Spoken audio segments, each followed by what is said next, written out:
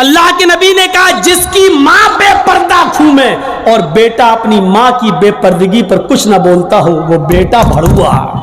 जिसकी बीवी बेपर्दा घूमे और शौहर अपनी बीवी की बेपर्दगी पर कुछ ना बोले, वो शौहर भड़ुआ। जिसकी बहन बेपर्दा घूमे और वो भाई अपनी बहन की बेपर्दगी पर खामोश रहे, वो भाई भड़ुआ। और जिसकी बेटी बेपर्दा घूमे और बाप अपनी बेटी की बेपर्दगी पर खामोश रहे, वो बाप भड़ुआ। हमारी मां बहनों को इस बात को सोचना चाहिए, गौर करना चाहिए, संजीदगी से इसको लेना चाहिए। एक जमाना था, हजरत फातिमा कह रही हैं, आए अली मैं इतनी बीमार हूं, इतनी बीमार हूं, लगता नहीं कि इस बीमारी में मैं बच पाऊंगी। आए अली अगर मुझे कुछ हो जाए, अगर मेरा इंतकाल हो जाए, आए अली तो मुझे दिन के उजाले में दफनाने मत ले जाना, रात की तारीकी में ईशा की नमाज के बाद मुझे कब्रिस्तान में दफन करना।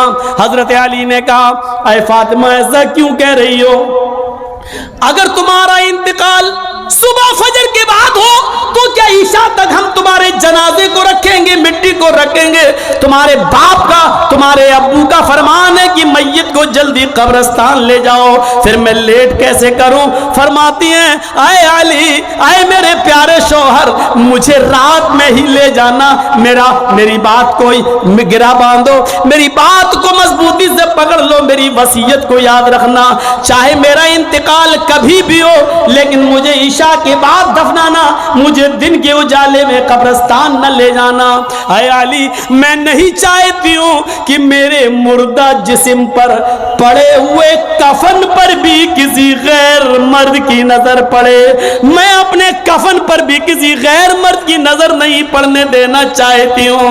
हाय अली, मुझे रात में ले जाना, दिन के उजाले में नहीं। मैं नहीं चाहती कि मेरे कफन पर भी किसी गैर मर्द की नजर पड़े। अल्लाह के नबी ने कहा, जिसकी मां बेपर्दा घूमे और बेटा अपनी मां की बेपर्दगी पर कुछ ना बोलता हो, वो बेटा भड़ुआ।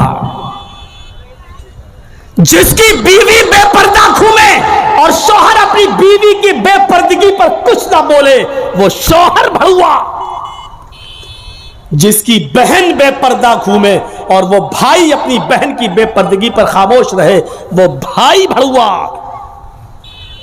और जिसकी बेटी बेपर्दा घूमे और बाप अपनी बेटी की बेपर्दगी पर खामोश रहे, वो बाप भड़ुआ।